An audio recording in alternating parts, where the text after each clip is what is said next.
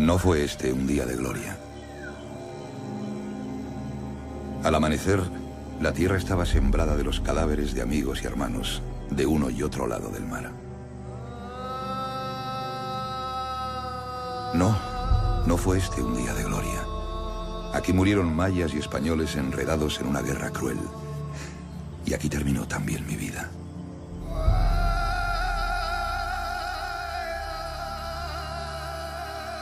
Un virote de ballesta me fijó en el sitio y un tiro de arcabuz acabó definitivamente conmigo. ¿Qué hacía un súbdito del rey español con esta indumentaria? Con la nariz, orejas y labios perforados, con las pinturas y ornamentos de un cacique maya.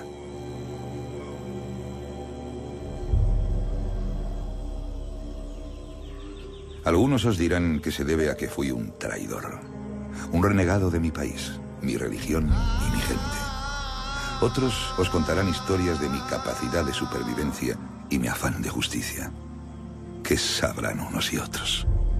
Fui un español de a pie y terminé mi vida convertido en un jefe maya. Yo os diría, y de esto sé bastante, que se debe a una historia de amor. Amor por una mujer. Amor por la libertad. Amor por la vida y la supervivencia.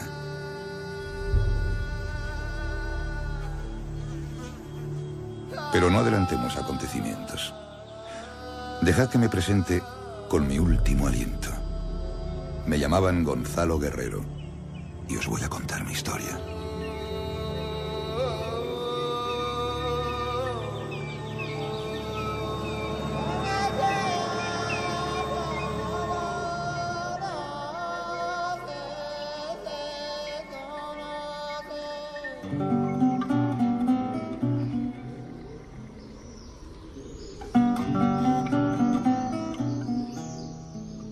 Mi historia comienza aquí, en el condado de Niebla, en 1492. Aquellos últimos años del siglo XV fueron tiempos muy duros.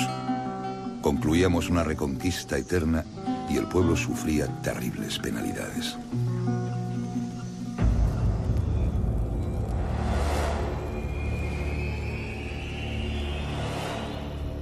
Veníamos azotados por la guerra, por el hambre, por la peste.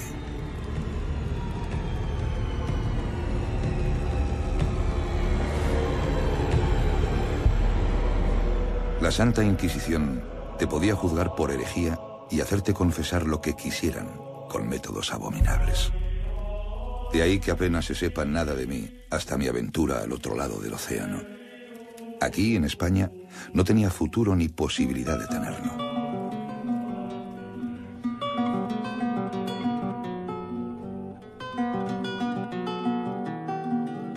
Y entonces el capitán Colón descubrió un paso a las Indias Occidentales. O lo que es lo mismo, me brindó, por primera vez en mi vida, un lugar para escapar a mi destino. Más allá del peligroso océano, al otro lado del Atlántico, se podía llegar a las Indias. Una tierra llena de promesas para aquellos que no tuvieran miedo a lo desconocido. Y yo, que llevaba toda mi vida conviviendo con la Inquisición, ya había perdido el miedo. Un mundo de posibilidades me esperaba, pero no podía imaginar hasta qué punto el destino iba a jugar con mi vida.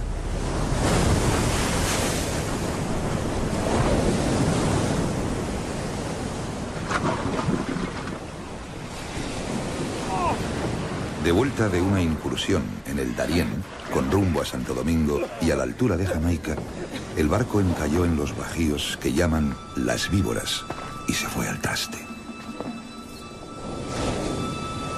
Cuando después de semanas la providencia nos llevó a una costa desconocida, solo quedábamos 10. La sed y el agotamiento se habían llevado al resto.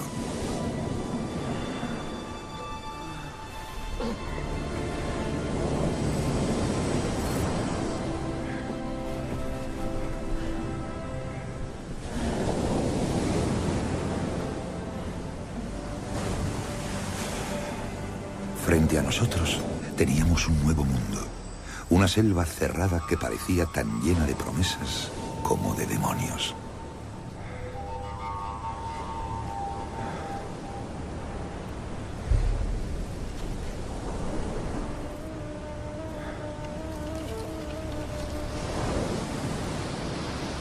¡Capitán Valdivia!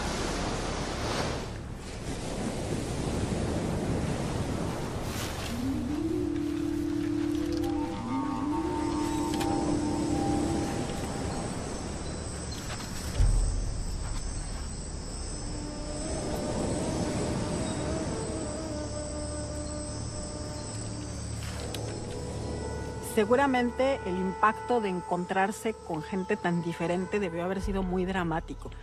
Y varió seguramente también en función de cada lugar, porque parece ser que los cocomes fueron muy agresivos con los extranjeros y hubo otros grupos que no.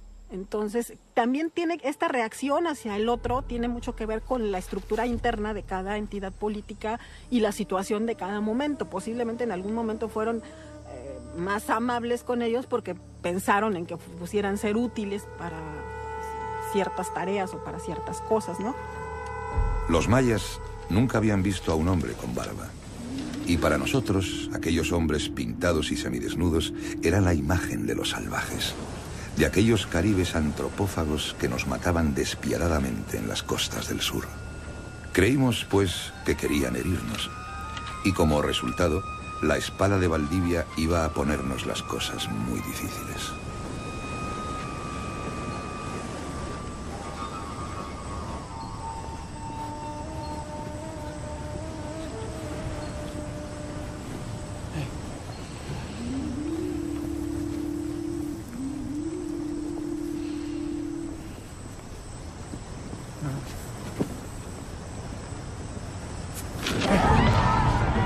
No hubo culpables, salvo el temor y el desconocimiento entre dos mundos.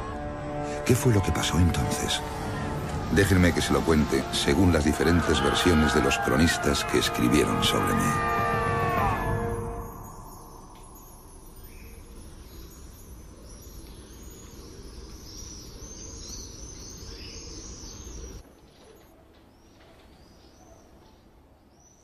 Pues los cronistas no dejan de ser, en cierta manera, los periodistas de la época. Entre ellos, de los que nos habla de Gonzalo Guerrero, está notablemente y en primer lugar Gonzalo Fernández de Oviedo, cuya crónica de 1549 es la primera que nos da una semblanza en profundidad del personaje. En segunda instancia está Francisco López de Gómara, que fue capellán de Hernán Cortés y que, sin embargo, no pasó nunca a las Indias, nunca visitó América. En tercera instancia, por último, está Bernal Díaz del Castillo, que fue un capitán de Cortés, que viajó en las 3 expediciones a Yucatán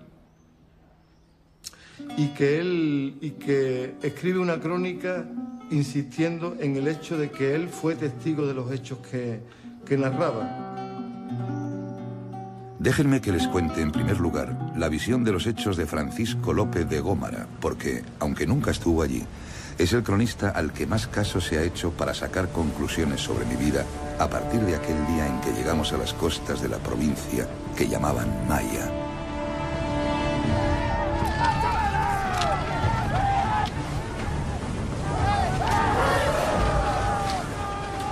Gómara nos cuenta cómo sacrificaron al capitán y a 4 de sus hombres, y no contentos con ello, procedieron a comérselos.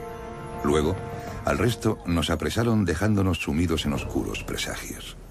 De aquel cautiverio solo saldríamos con vida Jerónimo de Aguilar y yo. En el año de nuestro Señor de 1519, 7 años después de nuestro naufragio, Hernán Cortés llegó a la isla de Cozumel y se enteró de la existencia de unos españoles entre los mayas.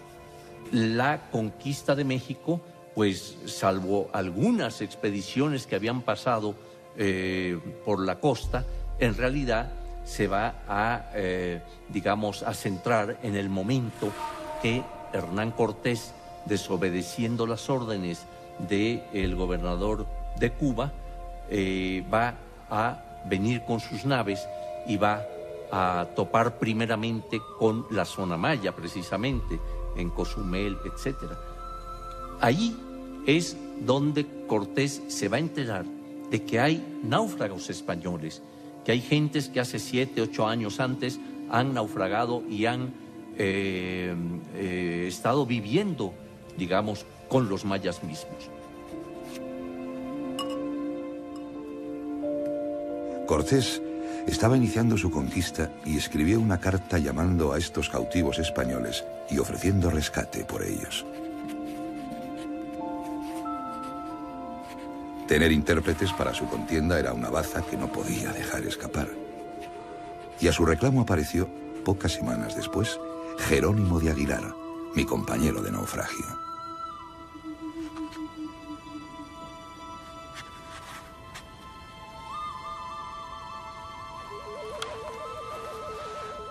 ¿Quién sois?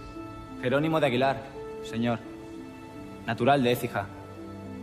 Cortés interrogó a Aguilar sobre su procedencia y éste le narró su historia, la del naufragio, la de sus años de cautiverio. Y luego le habló de mí.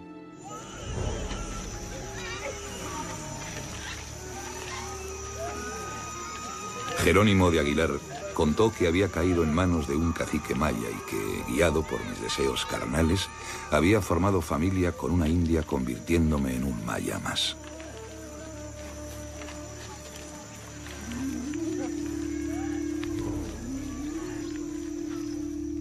Según narraron los cronistas, Aguilar contó que en mi caída hacia la degradación había acabado por formar parte de la sociedad maya, había aceptado ser parte de ellos, teniendo hijos con una india, e incluso había terminado por asesorar militarmente al cacique Nat Chan Can, que me tenía prisionero.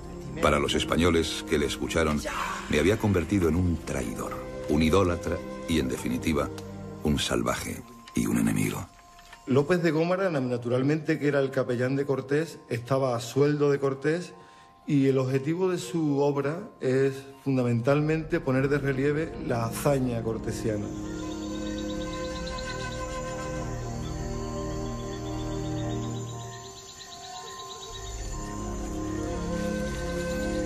Siguiendo con esta increíble versión de Gómara, yo recibí la carta de Cortés pidiendo mi regreso de manos de un emisario indígena.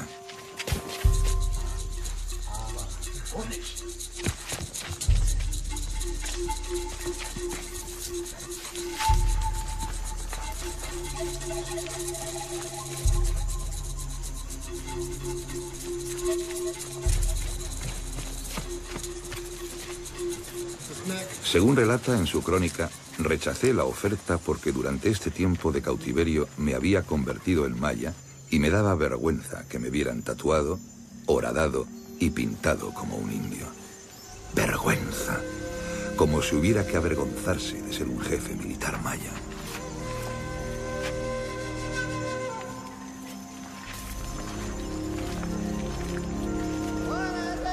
Ayudándome de un tizón, escribí mi respuesta en el reverso de la carta. No aceptaba la oferta de Cortés. Ya no volvería jamás a España.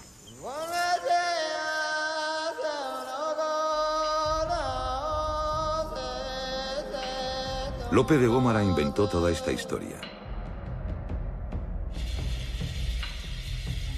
Cuando Cortés escribió la carta, yo estaba en Chetumal, y más de 300 kilómetros separan esta población de Cozumel.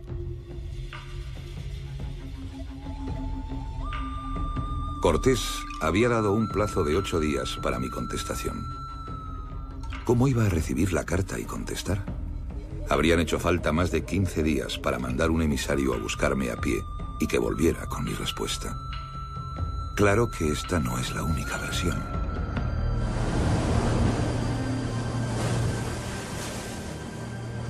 Otros 2 cronistas de la época narraron estos mismos hechos, y el primero de ellos fue Gonzalo Fernández de Oviedo.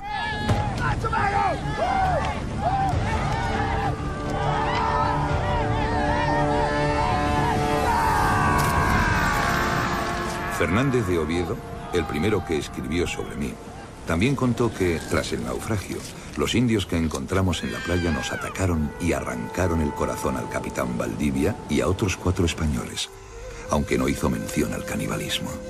Fernández de Oviedo cuenta brevemente cómo recibí la carta de Cortés, y también él insiste en que fue la vergüenza de verme convertido en un maya lo que me hizo declinar el ofrecimiento.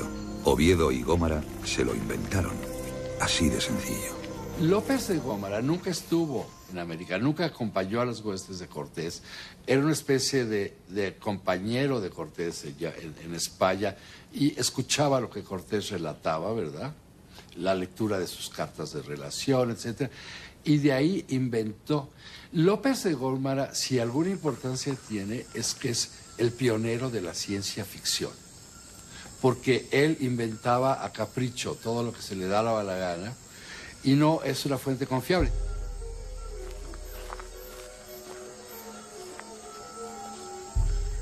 Queda una tercera versión, la de Bernal Díaz del Castillo, el único cronista que fue testigo del encuentro de mi compañero Jerónimo de Aguilar con los hombres enviados por Cortés para encontrarnos.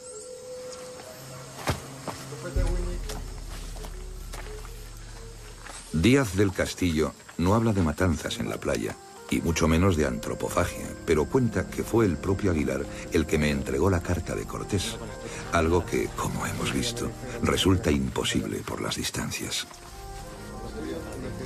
Por supuesto, ya lo sabes. Ay, españoles.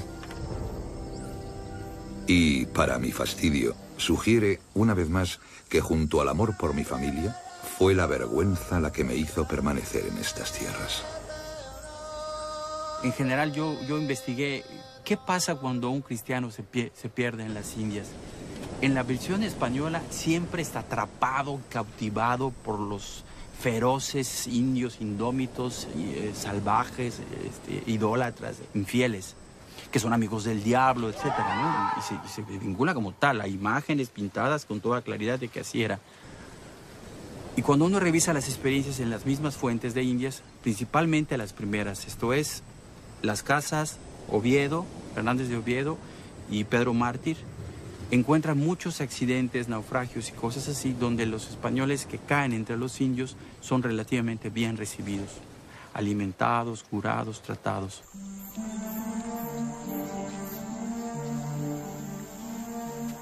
¿Qué pasó realmente? ¿Qué me sucedió para que acabara convirtiéndome en uno de los enemigos de mi país de nacimiento? ¿Cómo pude convertirme hasta tal punto en un maya? Déjenme que sea yo, que sí fui testigo de mi historia, el que les aclare algunos puntos.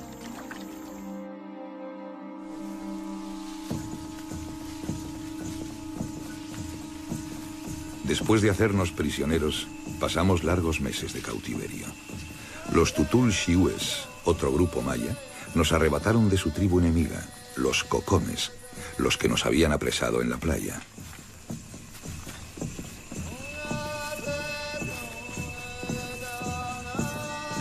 Durante este cautiverio, tuve tiempo de observar al pueblo que me había hecho prisionero. Descubrí que su cultura debía remontarse siglos atrás.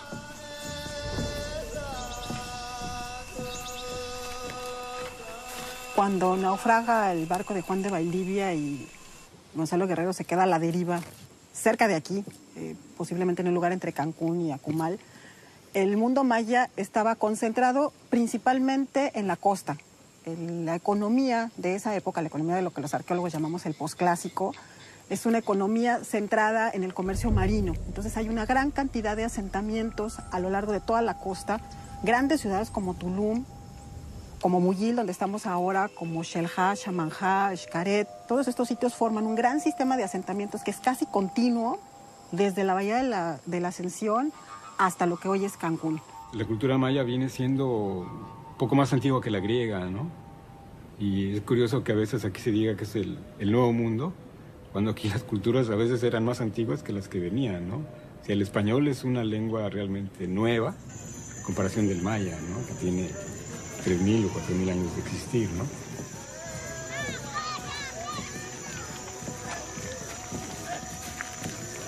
Los mayas me fascinaron. Más que sus ciudades y su pasado, fueron sus gentes las que me impresionaron. Era gente muy distinta a cuanta había visto, sí, pero a fe mía que nada tenían que envidiar de las gentes con las que yo me había criado. A mí lo que más me gusta del personaje de Gonzalo Guerrero es su proceso de evolución personal en su estancia. Porque él venía del Darién, de una experiencia muy desagradable, con mucha muerte, mucha violencia, quemas de aldeas, muchas muertes de sus amigos. Muy probablemente venía con mucho temor a volver a caer en un lugar así. Sin embargo, se queda y empieza a tener tiempo y empieza a ver que, bueno, no se lo comieron y tienen hijos. Y empieza a ver una especie de tocar fondo a ese fanatismo que se había desarrollado normalmente en la guerra, y él se da cuenta que la otra gente es como él y que no era una guerra santa contra alguien mortalmente diabólico ni nada por el estilo. Era gente común y corriente, de alguna manera diferente, etc. Y él puede darse cuenta de esta diferencia y empieza a experimentarla. Donde hasta entonces solo había visto salvajes, comencé a ver personas, familias. Sin darme cuenta, mi odio hacia ellos comenzó a dejar espacio a la admiración.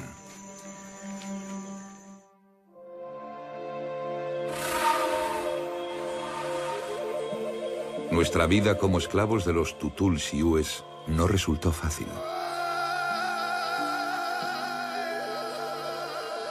Taxmar, su jefe, era un hombre recto, pero nos entregó a Teom, su sumo sacerdote. Y Teom era un hombre cruel. Cuando Taxmar dejó de ser nuestro amo, Teom nos hizo trabajar hasta que solo Aguilar y yo quedamos con vida. Las fatigas del trabajo diario a punto estuvieron de acabar con nosotros también.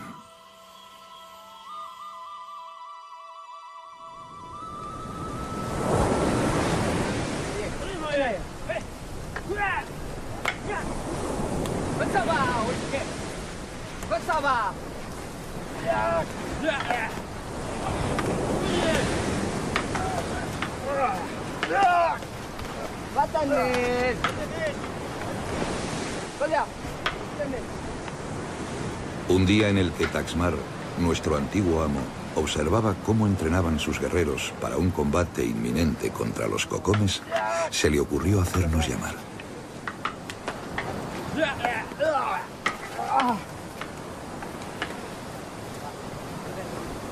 Quería preguntarnos por nuestra forma de ver la guerra, nuestra manera de luchar contra nuestros enemigos.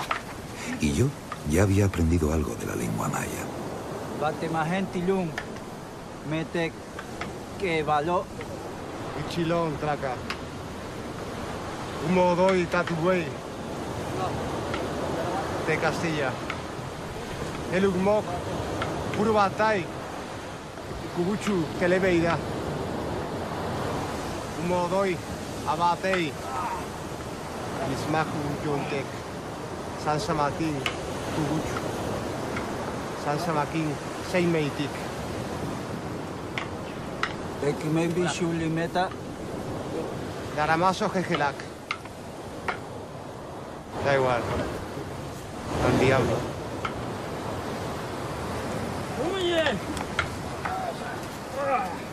Aguilar, como siempre, se encomendó al Altísimo y no pronunció palabra. Pero yo recordé a los hideputa que asesinaron a Valdivia y los demás en la playa, y acercándome a los guerreros, les hablé de algunas técnicas elementales del arte de la guerra.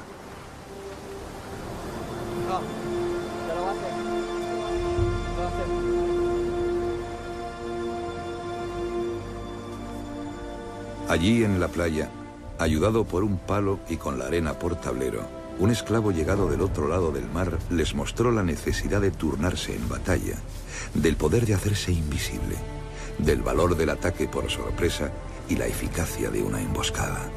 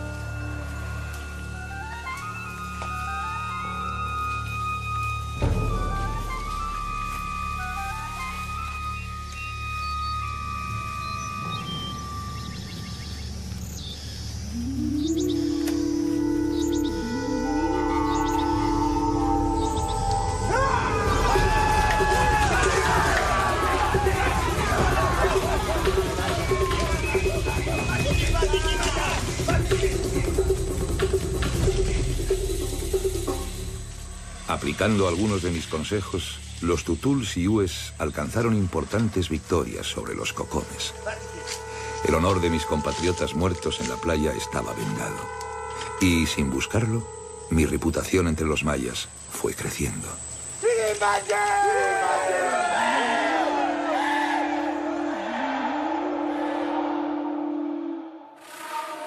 Taxmar, que me había tomado a precio, me regaló al jefe Nachan Khan, un cacique sabio que gobernaba en la ciudad de Ixpaatún, cerca de la bahía de Chetumal, liberándome del cruel Teom. Eso iba a suponer un gran cambio en mi vida, y me iba a separar para siempre de Jerónimo de Aguilar. A pesar de lo que contaron algunos cronistas, jamás volví a verle. Me habían aceptado entre los mayas, pero no fue el respeto y admiración por este pueblo y su cultura lo que cambió definitivamente mi vida, sino algo mucho más sencillo, poderoso y universal. Se llamaba Sasilja.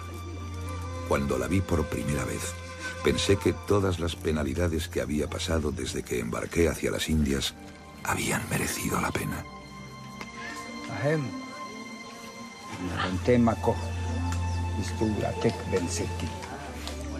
De nuevo, los novelistas le dieron sangre real y la hicieron princesa maya.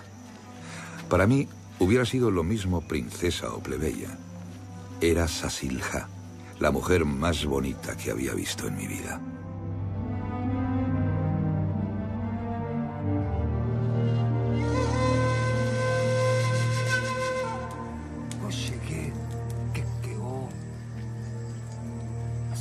Toto, Cucubé, Eclete, Chao, Hachinohoch, Chenchico, Chone. Sasilja se convirtió en mi obsesión. Hach, Chenchile, Che, Lilijoval, Che, Balam. Susita, Kekeo.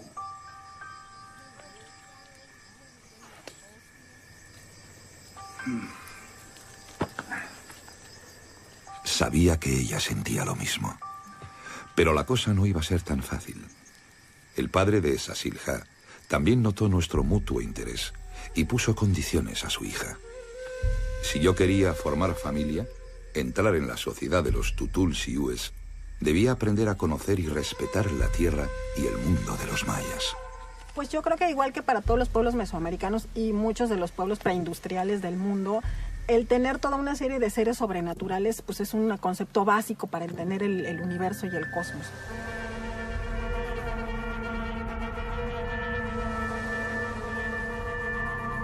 Pues la construcción de un universo como el de los mayas, lleno de seres fantásticos y de elementos divinos, requería de un profundo conocimiento de la naturaleza. Entonces, desde épocas muy tempranas, los mayas acumulan una gran cantidad de conocimiento que a final de cuentas les va a ser útil para generar esa concepción del mundo que va a permanecer a lo largo de mucho tiempo. Sasilja me guió por lugares que no podía imaginar.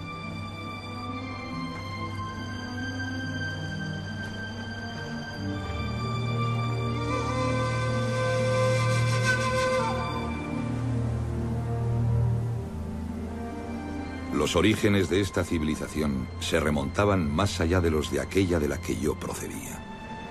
Las ciudades olvidadas que encontré en aquel viaje me hablaban de siglos de conocimiento y desarrollo. Y, sin embargo, aquel pueblo estaba unido a la tierra por lazos invisibles que yo no podía entender. Al principio, el viaje me resultó emocionante por la compañía de Sasilja. Pero según fue pasando el tiempo, algo diferente fue calando en mi interior.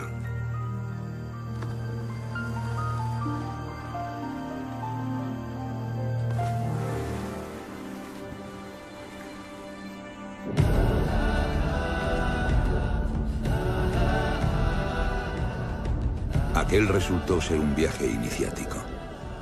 Tenía que abrir mis ojos al mundo que me rodeaba para ser capaz de entender el mundo maya, sus dioses, sus demonios, sus miedos.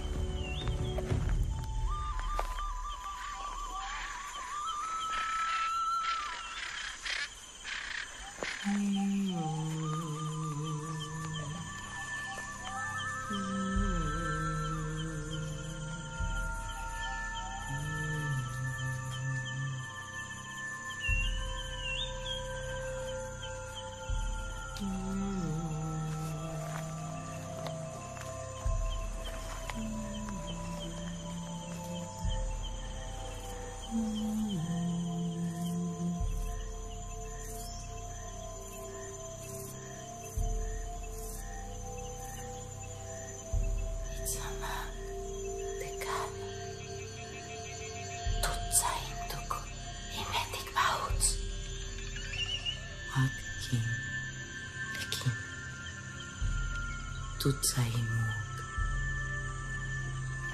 Shamanek. Tutsa tech. Sasi.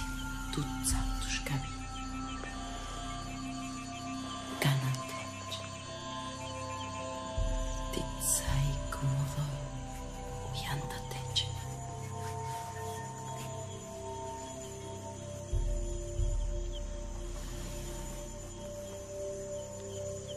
El humo.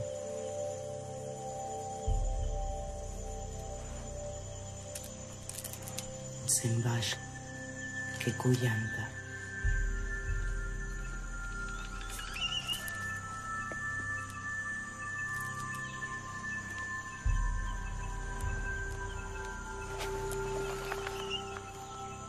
Una pequeña ofrenda de sangre abrió la puerta a mi nueva vida.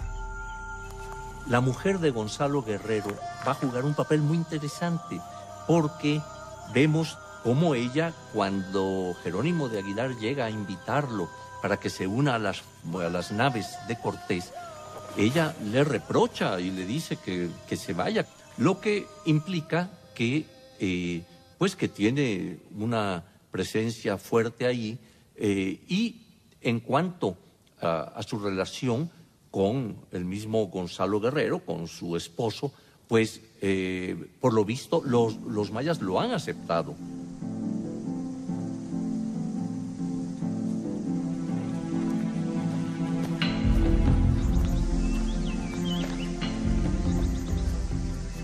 Mi iniciación no había acabado.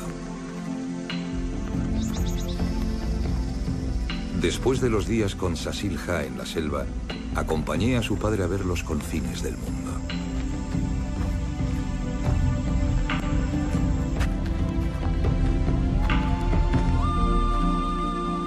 Aquel día recibí el permiso para unirme a Sasilja. Serían ella y mis hijos, y este increíble mundo de naturaleza salvaje, los que terminaron por hacerme maya.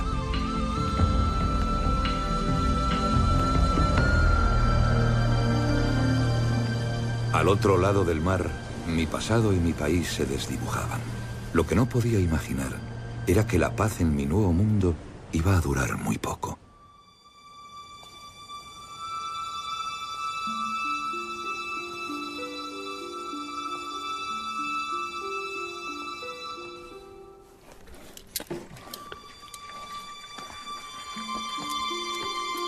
El adelantado Montejo había iniciado la conquista del Yucatán.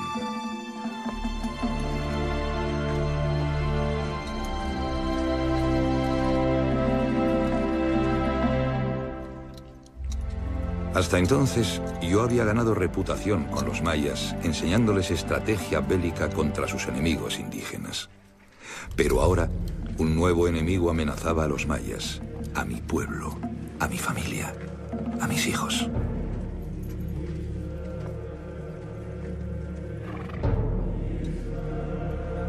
Y estos eran mis compatriotas, los españoles.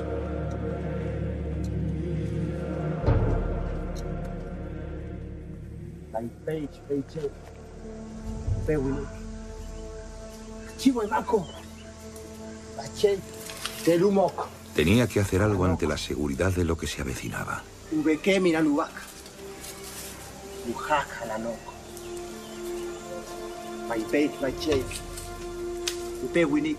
Comencé explicándole a mi pueblo la forma de repeler el ataque de los españoles que llegaban a por esclavos. Les enseñé a no tenerle miedo a las armaduras y a no huir de los caballos, animales que nunca habían visto y tomaron al principio por semidioses.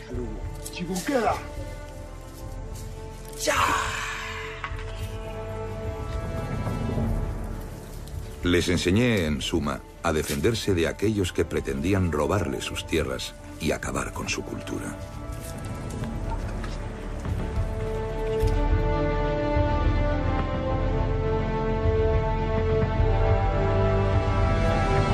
En 1527, el salmantino Francisco de Montejo y el capitán Alonso Dávila, al mando de 4 navíos y 380 soldados, cruzaron el Atlántico con la misión de conquistar y pacificar la península de Yucatán.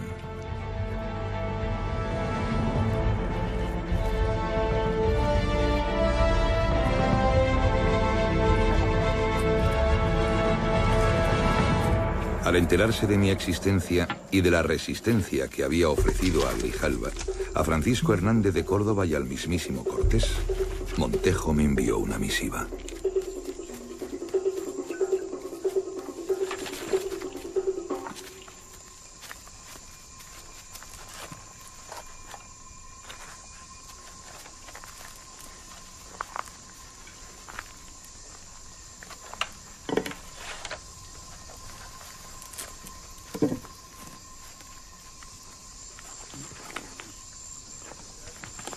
Aquella carta anunciaba el fin del mundo maya como yo lo había conocido. Mis amigos se relajaban ignorando que aquello que acababa de leer afectaría radicalmente a sus vidas. De nuevo me daban la gloriosa opción de escapar de los mayas. Eran militares ciegos a una cultura tan brillante como la suya. Y nada iba a hacerlos cambiar.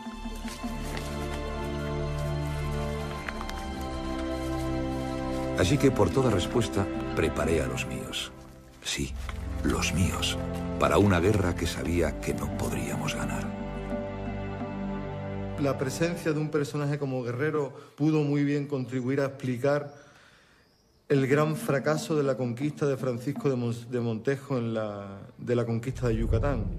Eso además ayudaba a explicar algunas circunstancias completamente novedosas en el contexto de aquellas conquistas. Los mayas utilizaron técnicas de guerra que no habían encontrado los españoles en los indígenas de América hasta aquellos años. Hacían empalizadas, bastiones y fuertes en los sitios de paso. Tenían armas mucho más ligeras y más adaptadas a las nuevas situaciones de guerra. No temían a los caballos, que ya es proverbial aquel miedo de los aztecas a los caballos que consideraban seres cuasi mitológicos.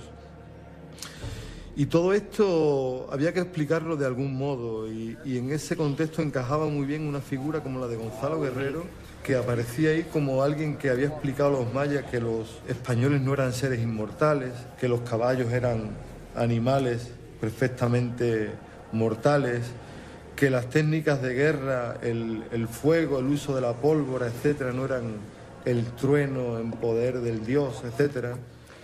Y de repente ese personaje podía justificar y podía explicar muy bien la nueva situación bélica de la conquista y, como digo, la gran ruina que tuvo Montejo en aquellas guerras. En el caso del descubrimiento de América, como se considera a los que no tienen la misma religión cristiana como infieles, secuaces del diablo, entonces todo lo que se lleva con los indios o viene de los indios es malo. Por eso se destruye su cultura y por eso se ponen encima de un templo maya una iglesia, porque nosotros somos superiores. Hay una lógica y por eso también la conquista es muy destructiva y también se intenta borrar la memoria indígena, ¿no?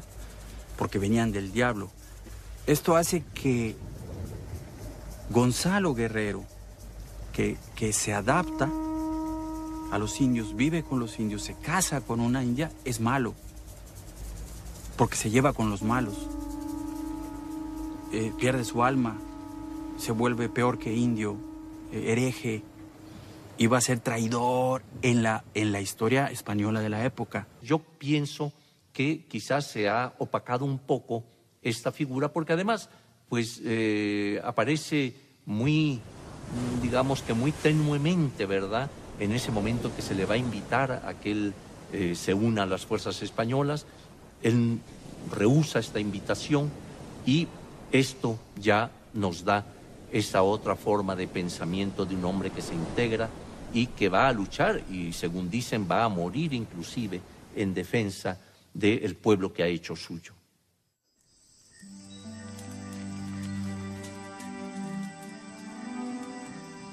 Yo por entonces me sentía enteramente maya. Aquí tenía mi familia, mis hijos, mi vida. Cuando llegué a casa aquella noche, mi mujer, Zasilja, leyó en mi ánimo lo que se avecinaba, aquello que habíamos estado temiendo. estás?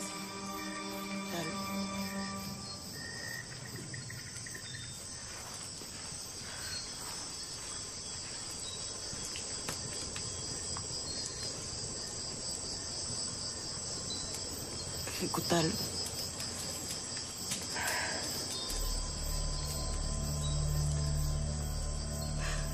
Cájale. El humo. Tiantanwick. Tupusícale.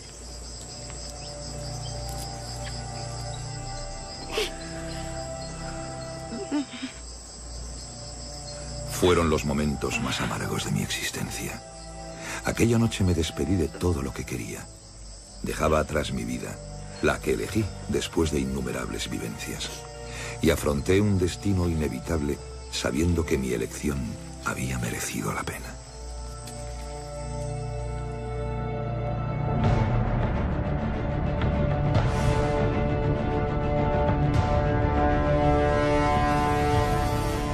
Mi historia llegaba a su fin. Los españoles luchaban en el sur contra otros mayas. Al mando de 50 canoas, dirigí a mis guerreros hacia la actual Honduras para ayudar a Xisimba el Batab, el gobernador de aquella región. Dejaba atrás una tierra que me adoptó y que amé hasta dar la vida por ella. Dejé a mi mujer por la que renegué de mi pasado y mis creencias. Y dejé lo único trascendente que una persona puede dejar en esta efímera vida. Mis hijos, los primeros mestizos entre dos mundos.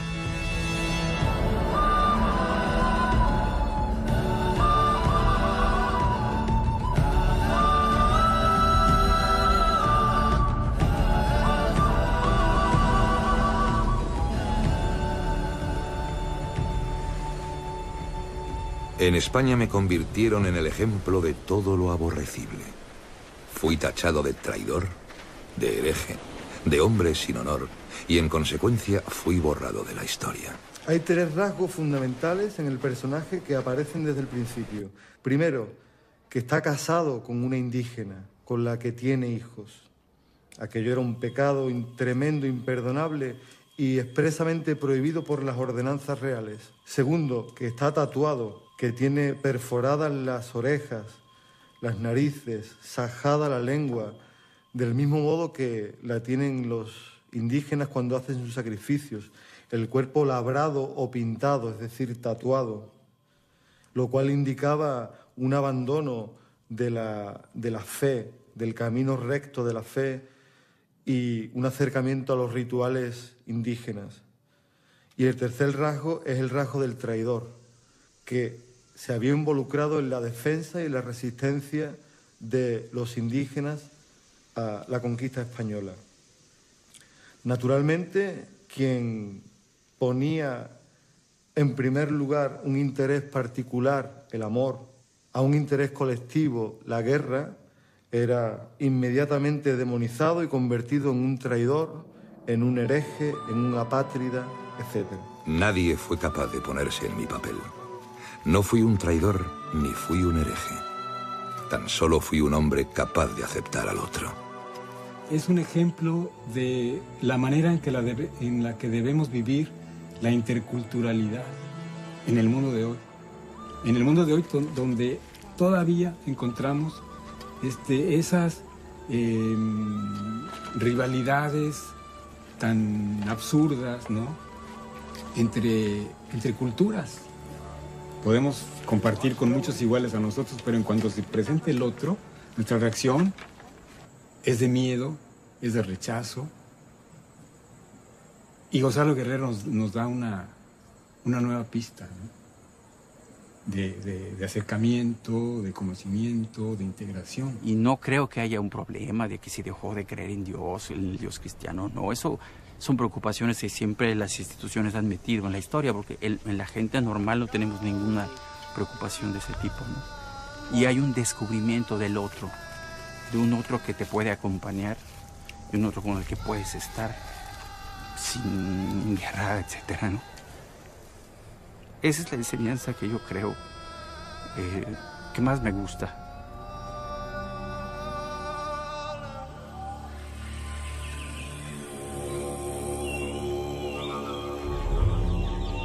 Volvemos al lugar en el que empezamos mi historia y acabó mi vida.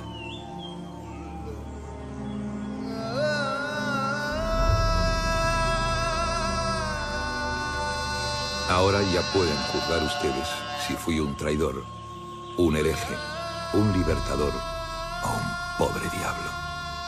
Al fin de cuentas, y sin querer molestarles, es algo que ya poco puede importar. Me encontré con el otro y lo acepté. Fui el primer español en mestizar dos culturas extraordinarias y dos razas de hombres que se fundirían en una sola, como lo fue Sasilja entre los mayas.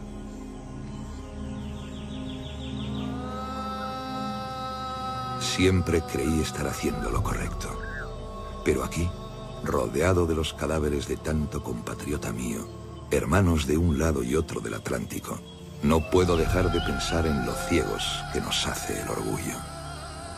Y me pregunto si alguna vez seremos capaces, los seres humanos, de ver las maravillosas aportaciones que nos ofrecen las culturas y civilizaciones diferentes a las nuestras.